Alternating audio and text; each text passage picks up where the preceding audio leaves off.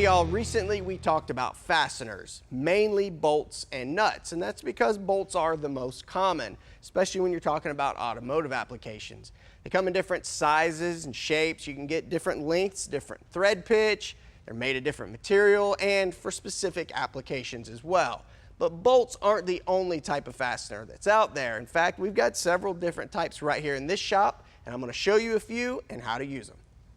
Well, this right here is obviously your run-of-the-mill screws. These are actually sheet metal screws, and they come in different sizes and shapes and lengths and different heads. Like this one has a socket head. It even has a groove here for a flathead screwdriver. But mostly what we use here in the shop would be these Phillips head pan screws here. I'm actually going to install this one. Well, what's nice about these is the holes don't have to be perfect. In fact, if you can get the tip in there, typically you can drive the whole screw in.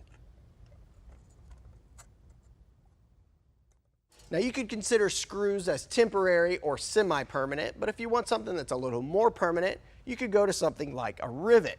And a lot of people call these pop rivets here, but you need a special tool to install them, which is this, what I call a pop rivet gun.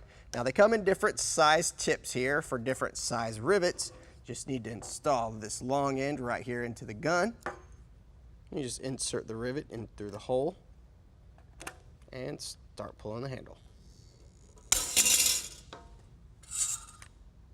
You probably noticed that thing just popped off of there. That's why they call them pop rivets. And what happened is this stud actually broke off of the rivet, and it broke off nice and clean there. Now that'll hold those two pieces of metal together for a long time, but to remove it, you'll have to drill it out. Now they make several different sizes of rivets in automotive applications, all the way up to something about this big or even bigger sometimes. But to install a big rivet like that, you need a bigger gun like this one right here. Another good way to fasten something is with a nut insert, which is this thing right here.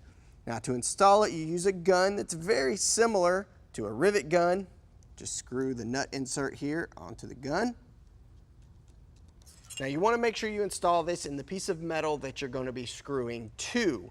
And that would be a piece of sheet metal like this. It's not thick enough, something you could tap. Then you remove the gun.